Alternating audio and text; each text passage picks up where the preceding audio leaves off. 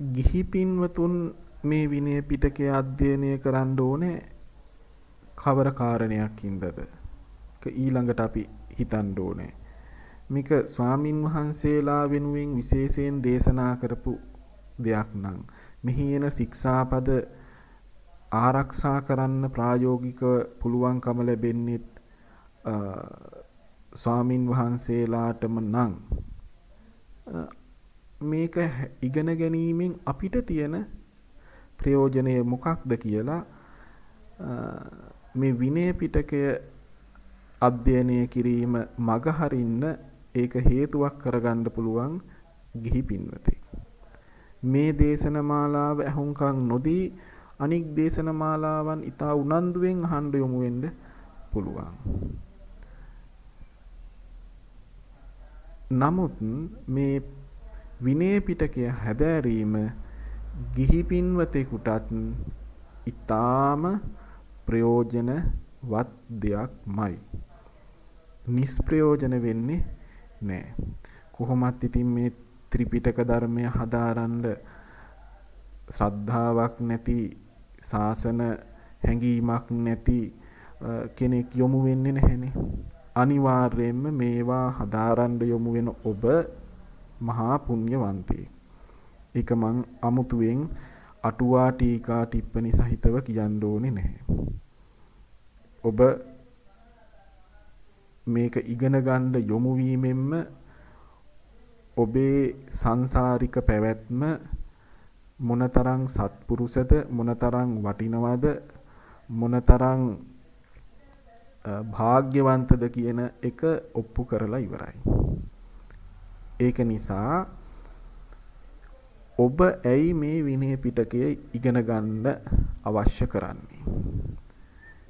පළවෙනිම සාධකය තමයි මේ සම්බුද්ධ ශාසනයේ නිවන් දකින්න බලාපොරොත්තු වෙන ඔබ, සංසාර දුක කෙලවර කරන්න බලාපොරොත්තු වෙන ඔබ මේ හැම දෙයක්ම ඉගෙන ගන්න ඕනේ විභාග සමත් වෙන්න නෙමෙයි.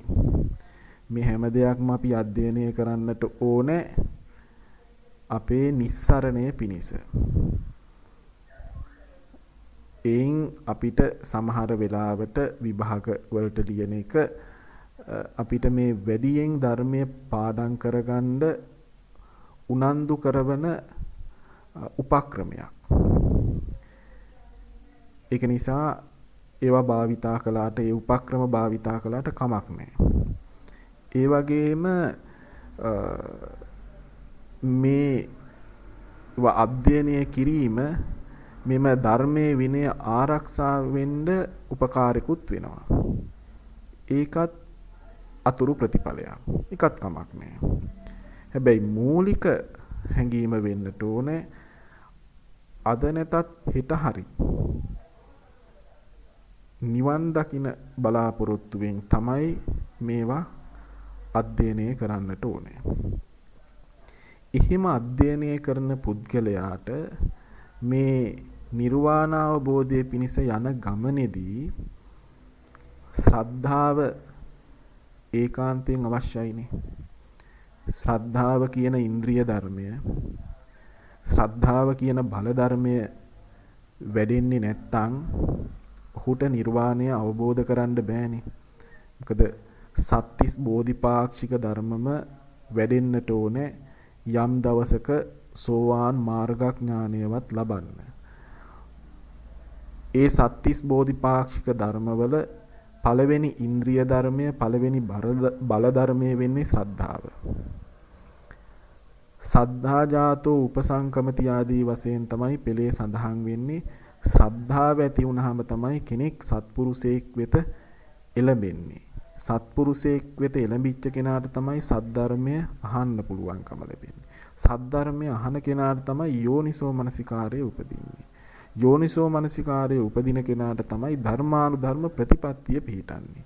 ධර්මානුධර්ම ප්‍රතිපත්තියේ පිහිටන පුද්ගලයාට තමයි සෝවාන් මාර්ගඥානය ලබන්න පුළුවන්කම තියෙන්නේ.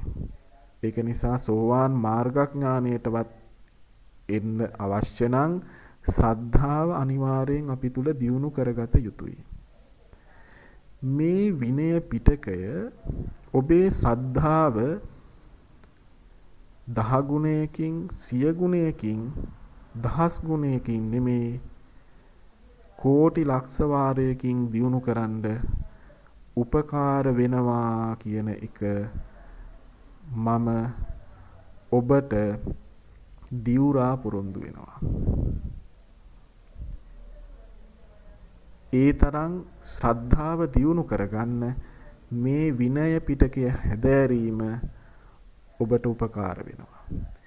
ඒක නිසා ශ්‍රද්ධා ඉන්ද්‍රිය දියුණු කරගන්න කැමතිනම් ඔබ මේ විනය පිටකය ඉගෙන ගන්න.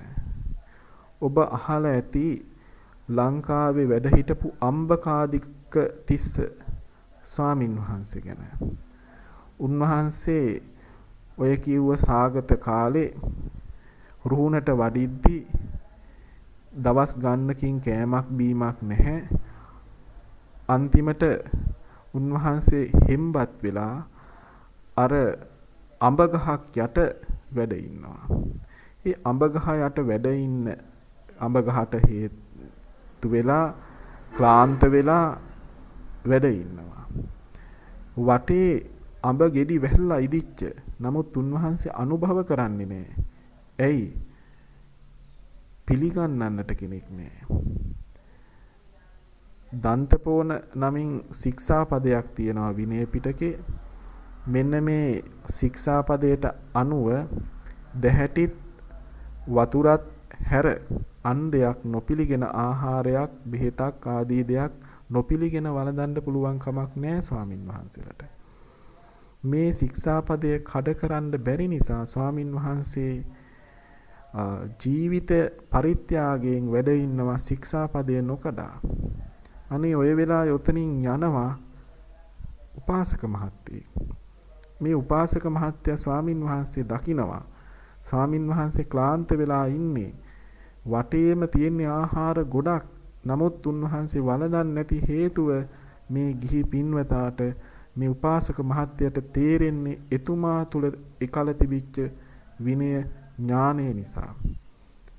එතුමා ඉක්මනින් කැපසරු විදිහට අඹ පානයක් සකස් කරලා ස්වාමින් වහන්සේට එවලෙම වළඳන්න සලස්වනවා. යන්තම් ඇඟ පන ගහලා එනවා. ස්වාමින් වහන්සේව කරට අරගෙන අර උපාසක මහත්තයා ගෙදර අරන් යනවා. ඒ ගෙදර අරන් යන වෙලාවේ කරපිට ඉන්න අපේ මේ තිස්ස ස්වාමින් වහන්සේට හිතෙනවා මේ මගේ අම්මා නෙමෙයි, මේ මගේ තාත්තා නෙමෙයි, මෙතුමා මට උපකාර කරන්නේ මේ විදිහට, මේ නන්නා දුනන මට උපකාර කරන්නේ මේ බුදුරජාණන් වහන්සේ දේශනා කරපු ශික්ෂාව සීලය මං ආරක්ෂා කරගත්ත නිසා. ඒක නිසා මේ සලකන්නේ මට නෙමෙයි, ඒ ලෞතුරා බුදුරජාණන් වහන්සේ දේශනා කරන ලද විනය මං ආරක්ෂා කළ නිසා. එයටයි මේ සම්භාවනාව ලැබෙන්නේ. අනේ අහෝ මෙවැනි සීලයක් කියලා සීලය සම්මර්ෂණය කරනවා. ප්‍රීතිය උපදිනවා. එය විපස්සනා කරලා උන්වහන්සේ අර කරපිටම රහත් වුණා කියනවා. එතකොට අර ස්වාමින් වහන්සේට එහෙම උපකාර කරන්න අර පුද්ගලයා යොපුනේ ඔය කතාව පිටිපස්සේ බලන්න විනය කරුණු තියෙනවා. ඒ විනය කරුණු දෙදෙනාම නොදැන හිටියානම් තිස්ස ස්වාමින් වහන්සේ රහත් වෙන්නෙත් නෑ. අර උපාසක මහත්තයා රහතන් වහන්සේ ඒ උපාසක මහත්තයාගේ කරපිට ශාසනයේ ඔහොම කතන්දර අහන්න ලැබෙන්නේ හරි ටිකයි. අපි අහලා තියෙනවා ආනන්ද ස්වාමින් වහන්සේ සතර ඉරියව් වලින් තොරව රහත් වුණා කියලා. ලංකාවේ අම්බකාදක තිස්ස ස්වාමින් වහන්සේ උපාසක මහත්තයගේ කරපිට රහත් උනේ ඒ මේ විනය පිටකයට පින් සිද්ධ වෙන්නයි. ඒක නිසා ස්වාමින් වහන්සේලාට එවැනි උපකාරයන් කරන්න, ශ්‍රද්ධාව දියුණු කරගන්න ස්වාමින් වහන්සේලා පිළිබඳව ස්වාමින් වහන්සේ නමක් උපසම්පදා භික්ෂුවකගේ වටිනකම අඳුන ගන්න ඔබට කවදාවත්ම බෑ මේ විනය පිටකය හදාරන්නේ නැත්තම්. එතකොට මේ අවස්ථාවේදී තවත් කාරණයක් සිහිපත් කරනවා නම් දැන් විනය පිටකයේදී ශික්ෂාපදයක් පනවනකොට බුදුරජාණන් වහන්සේ ඒ ශික්ෂාපදයේ පැනවීමෙන් කරුණු 10ක් බලාපොරොත්තු වෙනවා. ඒ කරුණු 10න් එකක් තමයි සංඝ පාසුතාය, සංඝයාගේ සුව පහසුව පිණිස. ස්වාමින් වහන්සේ නමක් ඊටාම සුපේශල ශික්ෂාකාමී වුණාම අනුමත්තේසු වජ්ජේසු බය දස්සාවි කියන විදිහට ඉදා කුඩා වරදෙහි පවා බිය දකිමින් මේ ප්‍රාතිමෝක්ෂ සංවර සීලය ආරක්ෂා කරනකොට ඒ ස්වාමින් වහන්සේට පැන නගින ගැටලු බොහොමයි සමහර වෙලාවට ප්‍රායෝගිකව ඒ කරුණු එහෙම පැන නගින්නේ අපේ ගිහි පැවිදි සමාජයේ මේ විනය පිළිබඳව නොදන්නා කම නිසා. නමුත් බුදුරජාණන් වහන්සේ මේ විනය පිටකය දේශනා කරද්දී මේ විනය කරුණු ඊටාම පැහැදිලිව දීර්ඝ වශයෙන් විස්තර කරමින් දේශනා කළ නිසා ඒ අපහසුව දුරු වෙලා ඊටා පහසුවෙන් ඒ ස්වාමින් වහන්සේලාට සුපේශල ශික්ෂාකාමී ස්වාමින් වහන්සේලාට තමන්ගේ ජීවිතය ගෙන යන්න පුළුවන්කම ලැබෙනවා. උදාහරණයක් හැටියට කිව්වොත් දැන් පඨම පවාරණ ශික්ෂාපදයේ කියලා ශික්ෂාපදයක් මුණ ගැහෙනවා පාචිත්‍ය පාළියේ භෝජන වග්ගේ. එතකොට මේ පඨම පවාරණ ශික්ෂාපදයේ තියෙනවා ඉදිරියට දන්වල දණ්ඩ නැවත වතාවක් දන්වල දණ්ඩ කාලය තියෙද්දී ස්වාමින් වහන්සේ නමක් පංච භෝජනයන් අතරින් එකක් වළඳමින් සිටින වෙලාවක කිසියම් දායකයෙක් ඒ කියන්නේ උපාසක මහත්තයෙක් හරි උපාසිකාවක් හරි මේ පංචවිධ භෝජනයන් අතරින් එකක්ම අරගෙන ඇවිදින්න අත්පසට ඇවිදින්න බෙදන්න සූදානම් වෙනකොට අර ස්වාමින් වහන්සේ යම්කිසි කායික සංඥාවකින් හෝ නැත්නම් වචනයෙන් හෝ එය ප්‍රතික්ෂේප කළොත් ඇතැයි කියලා බෙදීම නැවැත්වුවොත් ඒ ස්වාමින් වහන්සේට එම දාණය එම වළඳන ආහාරය පවාරණය වෙනවා.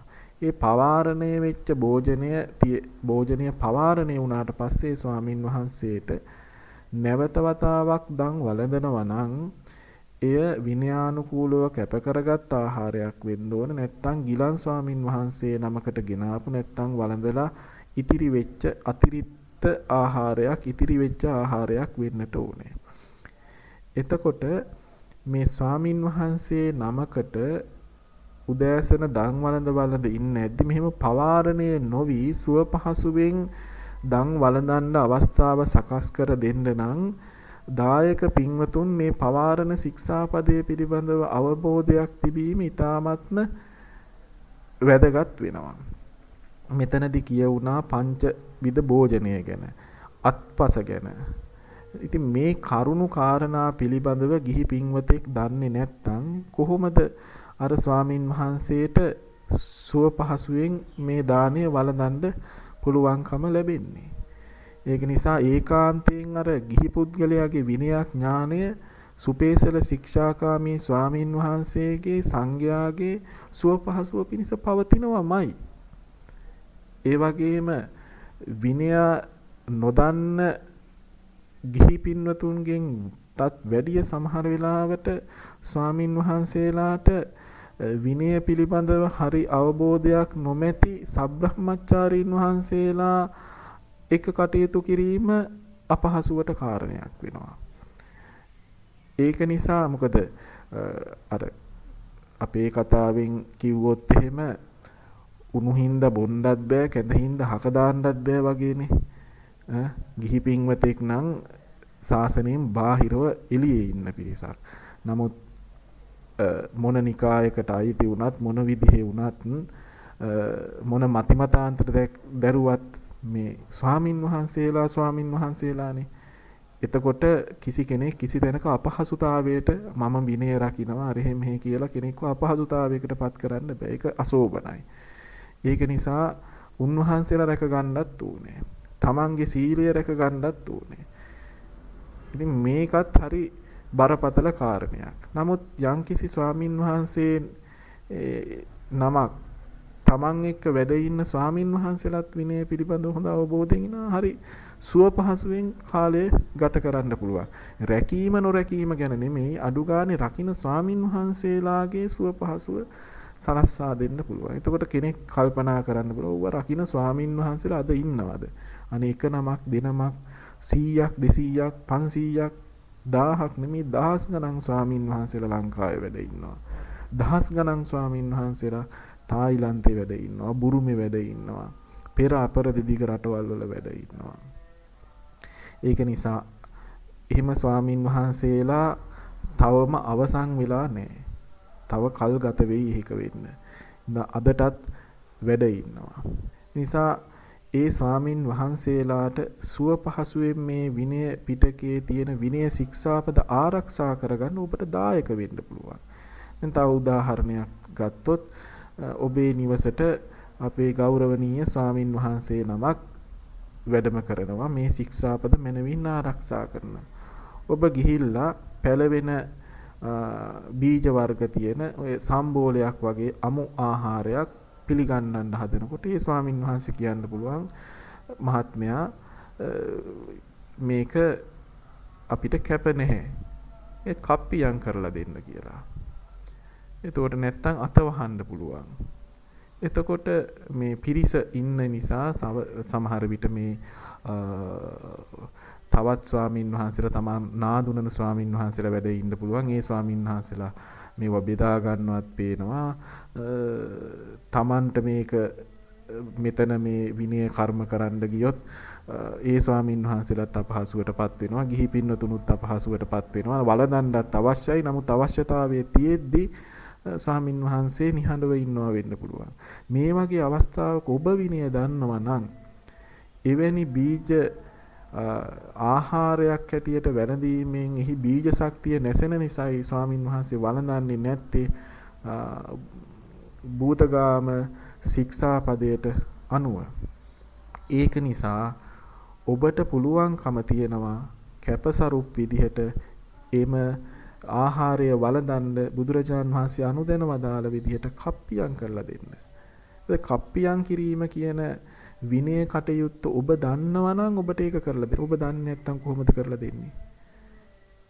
ඒ නිසා ඔබට දානයක් කැප කර පූජා කිරීමේ අවස්ථාව ලැබීම සංසාරේ කැපසරුප් විදිහට දේවල් ඔබට નિરાයාසයෙන් ලැබෙන්න හේතුවක් වෙනවා. මහා පිංකමක්. ඒක කරගන්න පුළුවන් ඔබ විනය දන්නවා නම්. ඒක නිසා විනය පිටකයේ හැදෑරීම ඔබට ඊටාම ප්‍රයෝජනයි. දැන් අද කාලේ කටින පිංකම් ගැන බොහෝම කතා කරනවා. මේ කටිනේ අටමහා කුසලයක් කියලා බොහෝම ශ්‍රද්ධාවෙන් කරන පිංකමක් බවට පත් වෙලා තියෙනවා. ඒ අටමහා කුසල් කියන කතාව මම මෙතන කතා කරන්න යන්නේ නැහැ. නමුත් බොහෝ දෙනෙක් පිළිගත් පිංකමක්. නමුත් මේවත් විනයානුකූලව නිවැරදිව සිද්ධ කරගන්න අපේ ගිහි පින්වතුන් මේවා සම්බන්ධව හොඳ අවබෝධයක් තියෙනවා. එතකොට තමයි ඥාන සම්පයුක්ත ත්‍රි හේතුක උත්කෘෂ්ඨ මහත්ඵල මහානිසංසදායක මහ පිංකමක් කරගන්න පුළුවන්කම ලැබෙන්නේ. ඊට පස්සේ තව සමහර වෙලාවට සේනාසනයකට විහාරස්ථානයකට ගියාම එහි ඉන්න සුපේසල ශික්ෂාකාමී ස්වාමින් වහන්සේලා කියන්න පුළුවන් මට මේ මල් ටික අරන් දෙන්න කියලා කියන්න පුළුවන්. මහත්තයා ඔය ගහේ මල් ටික තිබ්බනම් බුද්ධ පූජාවට තියන්න තිබුණා. හවසට පූජා කරන්න තිබුණා. ඔබතුමත් කියනවා ඔබතුමියත් අනේ හොඳයි. ඔව් එහෙමයි ස්වාමින් වහන්සේ සාදු සාදු පූජා කරන්න තිබ්බ තමයි කියලා ස්වාමින් වහන්සේත් එක්ක පිටිපස්සෙන් යනවා. ස්වාමින් වහන්සේ ප්‍රකාශ කළේ ඒ මල් ටික කඩලා දෙන්න. මොකද ස්වාමින් වහන්සේට මල් කඩන්න තහනම් මල් ටික කඩලා ගන්න බෑ. ඒක නිසා මල් ටික අරන් දෙන්න නැත්නම් මල් තිබුණොත් හොඳයි කියලා ව්‍යංගාර්ථයෙන් කියන්නේ මල් ටික කඩලා දෙන්න කියන එක. මේ විනය ප්‍රඥප්තියක් විනය බුදුරජාණන් වහන්සේ අනුදැන වදාළ ක්‍රමය ඒකයි. ඒ ක්‍රමය ඔබ දන්නේ නැත්නම් ස්වාමින් වහන්සේව තේරුම් ගන්න පුළුවන් කමක් නැහැ. ඒක නිසා මේ විනය පිටකය හැදෑරීම ශ්‍රද්ධාව දියුණු කරනවා වගේම මෙන්න මේ අංශේනොත් ගිහි පින්වතුන්ට ඊටාම ප්‍රයෝජනයි. මේ වගේ ගිහි පැවිදි දෙපාර්ශවයටම මේ විනය පිටකයේ හැදෑරීමෙන් ලැබෙන ප්‍රයෝජන අනන්තයි අපරිමාණයි. එයින් තාමත්ම ස්වල්පයයි ඔය අපි සඳහන් කළේ නැති තරම්. ඇත්තටම ප්‍රයෝජන තාමත්ම ප්‍රධාන එකක් දෙකක් තමයි ඔය සඳහන් කළේ. අවස්ථානුකූලව ඒ තැනදී තව තවත් ප්‍රයෝජන ඔබට වටහා ගන්නට පුළුවන්. નિરાයාසයෙන්ම ඔබට එය තේරුම් ගන්නට පුළුවන් මේ අධ්‍යයනයේ දිගටම ඔබ යෙදී සිටියොත්. ඊළඟට අපි මෙම විනය පිටක අධ්‍යයනයේ පාඩම් මාලාව සම්බන්ධව කතා කිරීමේදී ඒ සඳහා මූලිකවම අපි සඳහන් කළා භාවිතයට ගන්නේ බුද්ධ ජයන්ති ත්‍රිපිටක ග්‍රන්ථමාලාවේ විනය පිටකය. කියන්නේ ඒක 아무තු විනය පිටකයක් නෙමෙයි. නමුත් අපි ගාව රටේ වැඩියෙන් ඒක තියෙන මුද්‍රිතව තිබෙන දෙයක් අපි ගන්න එපා. ඒ වගේම පිළිගත් අපිට විශ්වාස කළ හැකි ග්‍රන්ථයක් අපි අරගන්න එපා. එතකොට මේ බුද්ධ ජයන්ති ත්‍රිපිටක ග්‍රන්ථමාලාව තමයි වැඩියෙන්ම ලංකාවේ සම්භාවනාවට ප්‍රාප්ත වෙච්ච පිළිගත් ජාතික උරුමයක් බවට පත්වෙච්ච ග්‍රන්ථමාලාව. එහි විනය පිටකයේ පළවෙනි ග්‍රන්ථය පරාජික පාළි ග්‍රන්ථය. එම ග්‍රන්ථය තමයි පළවෙනියට අපි හදාරන්නේ. හැබැයි මේ පරාජික පාළි ග්‍රන්ථය අපි හදාරන්න ආරම්භ කළත් එහි පළවෙනි වේරංජක් කාණ්ඩය කියන මේ කොටස තේන සමේන බුද්ධෝ භගවා වේරංජායන් විහෙරති නලේරු පුචිමන්ද මූලේ ආදී වශයෙන් මේ ආරම්භ වෙන විනය පිටකය හදාරන්නට පෙර ආතුව අප විසින් ඒ සඳහා ගත යුතු ප්‍රවේශයක් තියෙනවා. මේ විනය පිටකය මේ විදිහට සකස් වෙන්නේ කොහොමද? අප අත ඇති මේ විනය පිටකයේ මේ විදිහට සම්පාදනය වුණේ කොහොමද කියන කාරණය පිළිබඳව දැනුවත්භාවයකින් තමයි මේ වෙත යොමු වෙන්න ඕනේ. ඒ සඳහා හොඳ ප්‍රවේශයක් විනය පිටකයට රචනා කරන ලද සමන්ත පාසාදිකා අට කතාවේදී අපේ බුද්ධඝෝෂ ස්වාමින් වහන්සේ විසින් ලබාගෙන තියෙනවා. එම සමන්ත පාසාදිකාවේදී වුත්තං යේන යදා යස්මා ධාරිතං යේන චාබතං යත්ත පතිට්ඨිත චේතමේතං වත්වා විදින් තතෝ ආදී වශයෙන් මාත්‍රිකා කිහිපයක් ඔබ විසින් දත යුතු මේ විනය පිටකය සම්බන්ධව සාකච්ඡා කරලයි වේරංජක් කාණ්ඩයට ප්‍රවිෂ්ඨ වෙන්නේ. ඒක නිසා අපිට මුලින් වැඩි කාලයක් ගත කරන්න වෙනවා මේ පළවෙනි කොටස අධ්‍යයනය කරන්න, නිදානය කොටස අධ්‍යයනය කරන්න. ඒක නිසා පරාජිකා පාළි පොතටත් වැඩිය ඔබට ප්‍රයෝජන වෙන්නේ මේ විනය අට කතාව. පාලි භාෂාවෙන් විනය අට කතාව අපි සාකච්ඡා කරන්න බලාපොරොත්තු වෙන්නේ මේ තිරේ දිස් වෙන මේ විනය අට කතාව අපි අර්ථ සහිතව සාකච්ඡා කරන්න බලාපොරොත්තු වෙන්නේ. මේ දැනට සිංහලට පරිවර්තනය කරලා තියෙනවා. ඒ සිංහල පරිවර්තන සම්බන්ධව ඊතරම් සෑහීමකටපත් වෙන්න පුළුවන් කමක් නැහැ. නමුත් වාසනාවකට මේ විනය පිට සමන්තපාසාදිකාවට කරන ලද සිංහල අට කතාව නැත්නම් සිංහල පරිවර්තනය අපේ බලංගොඩ සමාවෙන්න අම්බලන්ගොඩ ධම්මකුසල මහා ස්වාමිපාදයන් වහන්සේ විසින් සම්පාදනය කරන්න යෙදුනේ. උන්වහන්සේ මහා වික්ත විනයධර ත්‍රිපිටකධර ස්වාමින් වහන්සේ නමක්. ඒක නිසා අපිට විශ්වාසයෙන් අනුමත කරන්නට පුළුවන් ඔබට බොහෝ ප්‍රයෝජනවත් වෙයි එම අට කතා සිංහල පරිවර්තනය නම්. ඒක නිසා පාලි භාෂාව නොදන්න කෙනෙක් එම සිංහල අට කතාව නැත්නම් සිංහල පරිවර්තනය ඔබට ලබා ගන්නට පුළුවන් ඒ ග්‍රන්ථය ඔබට ප්‍රයෝජනවත් වෙනවා. ඊට පස්සේ තවත් තිබෙනවා මේකට රචනා වෙච්ච ටීකා ග්‍රන්ථ. දැන් විනය පිටකය ගත්තාම විනය පිටකයේ තියෙනවා පාරාජික පාළි, පාචිත්‍ය පාළි, මහා වග්ග පාළි, චුල්ල වග්ග පාළි, පරිවාර පාළි කියලා අපි අර සඳහන් කරපු විදිහට ග්‍රන්ථ පහක් තියෙනවා. එහි අට කතාවලට අපි ගියාම විනය අට කතාවල මේ තියෙන්නේ වෙන්වෙන්ව කිව්වට මේ සියල්ල එකම අට කතාවක්. ඒ කියන්නේ සමන්තපාසාදික අට කතාවේ රචනා කළේ බුද්ධඝෝෂ ස්වාමින් වහන්සේ.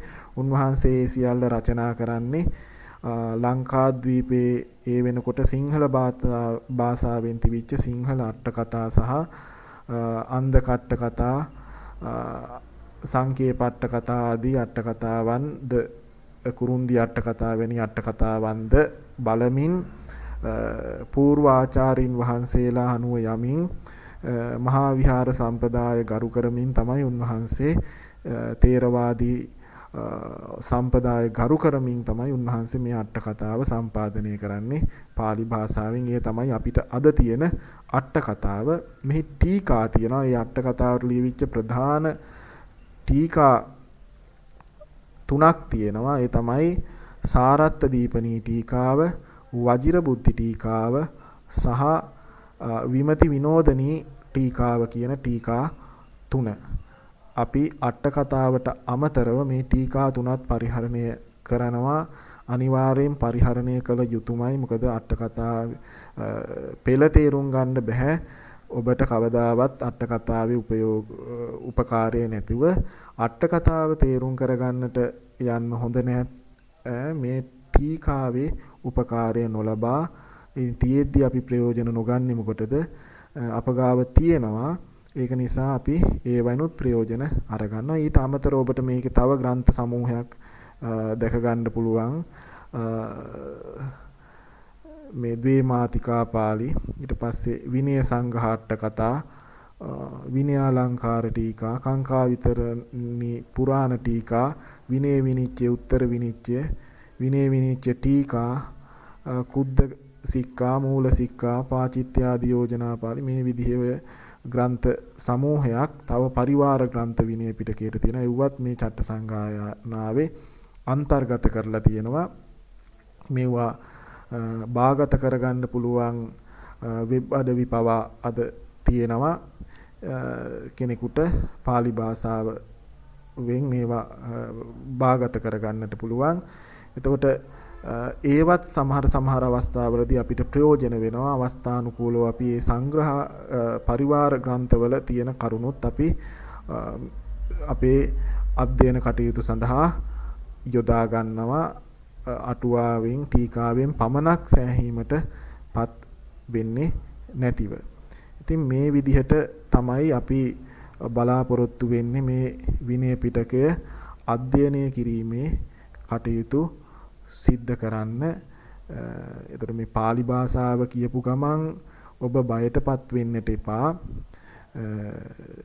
පෙළ අපි පාලිය පාවිච්චි කරනවා. නමුත් සිංහල අර්ථ සහිතව අර්ථ සාකච්ඡා කරමින්, මොකද ඒ බව හොඳින් නොදන්න පිරිසක් ඉන්නවා කියන එක සිහිය තබාගෙන තමයි මේ කටයුත්ත අපි කරගෙන යන්නේ ඉදිරියට.